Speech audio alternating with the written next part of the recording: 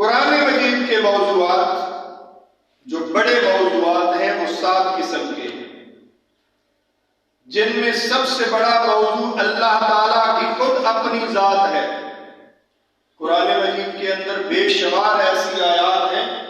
جن کے بارے میں، جس کے اندر اللہ تعالیٰ کا تعارف، اس کی خصوصیات، اس کی صفات، اس کی ربوبیت، اس کی الوہیت، اس کے معبود ہونے کے دلائل ہیں۔ پھر اس کے بعد غیبی چیزیں ہیں جن کو ہم دیکھ نہیں سکتے، فرشتے ہیں، جن ہیں،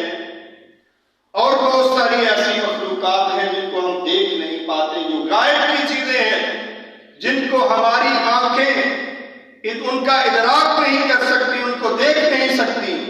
وہ چیزیں بھی قرآن مجید میں موجود ہیں۔ اور قرآن مجید کے اندر پہلے انبیاء کا تذکرہ اور اس کے صحیفے، ان کی کتابیں جو اللہ تعالیٰ نے آسمان سے ان کو دے کے بھیجا تھا، ان کا تذکرہ ہے۔ پھر نبی کریم صلی اللہ علیہ وسلم کی ذات کے بارے میں بہت ساری، ان کی سیرت کے بارے میں بہت ساری آیات